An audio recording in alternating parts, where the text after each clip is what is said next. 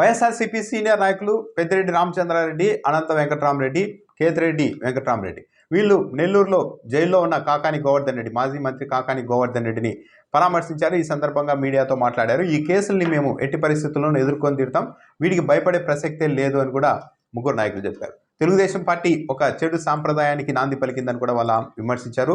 కేతిరెడ్డి వెంకటరామరెడ్డి అయితే కొన్ని ఆసక్తికరమైన వ్యాఖ్యలు కూడా చేశారు. ఎలాగో ఈ 4 ఏళ్ల పాటు మాకు ఈ కేసులు తప్పవు, మేము సిద్ధంగా ఉన్నాం.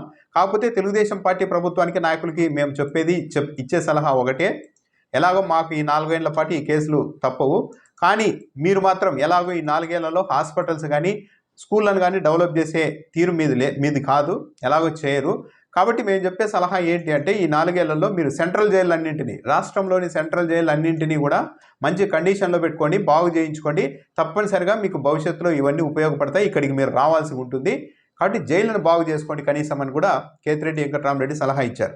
దాంతోపాటు గతంలో కరోనా ఫస్ట్ టైం వచ్చినప్పుడు అందరి శరీరాల్లోనూ యాంటీబాడీస్ డెవలప్ అయ్యాయి.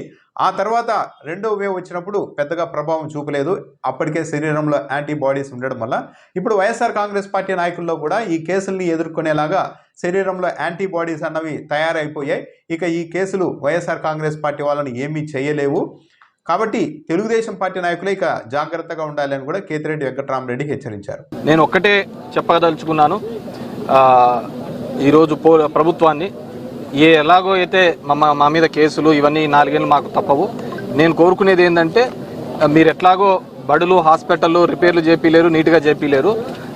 నెక్స్ట్ అయినా మీకు ఇది చాలా అవసరం పడుతుంది. ఈ సెంట్రల్ జైల్స్ అన్నీ కూడా దాన్ని రెనోవేట్ చేసేసి మంచి కండిషన్స్ పెట్టుకుంటే రేపొద్దున మీకు కూడా ఉపయోగపడతాయి. కాబట్టి అది డెఫినెట్గా చేయాలని చెప్పేసి మిమ్మల్ని కోరుతున్నాం. మేము ఒకటే చెప్పదలుచుకున్నాము, కేసెస్ ఉన్నారు, పెద్ద ఆయన ఉన్నాడు, కానీ కేసెస్ఆర్ ఈ గవర్నమెంట్లో వైసీపీ వాళ్ళ మీద కామన్. మామూలు కరోనా వచ్చినప్పుడు ఏమంటారు, ఫస్ట్ కరోనా వచ్చిన తర్వాత మీకు యాంటీబయాటిక్స్ డెవలప్ అవుతాయి, ఇంకో రెండోసారి పెద్ద ఇబ్బంది ఉండాలి అంటారు. సో ఇది కూడా కేసులు అనేది కామను, మాకందరికీ కూడా యాంటీబయాటిక్స్ వస్తాయి, దీని ద్వారా ఇంకా బాగా ఫైట్ చేయడానికి ఈజీగా ఉంటుంది. అనంతపురం మాజీ ఎంపీ, మాజీ ఎమ్మెల్యే కూడా అనంత వెంకటరామరెడ్డి సౌమ్యుడైన కాకాని గోవర్ధన్ రెడ్డిని కూడా అరెస్ట్ చేసి లోపల వేశారు అంటే ఈ రాజకీయాన్ని చంద్రబాబు నాయుడు ప్రభుత్వం ఎక్కడికి తీసుకెళ్తుందో కూడా ఆలోచన చేసుకోండి అని ప్రజలకు విజ్ఞప్తి చేశారు. చంద్రబాబు నాయుడు, పవన్ కళ్యాణ్, నారా లోకేష్ కాదు, తెలుగుదేశం పార్టీ ఎమ్మెల్యేలు, స్థానిక నాయకులు ఆలోచన చేసుకోవాలి.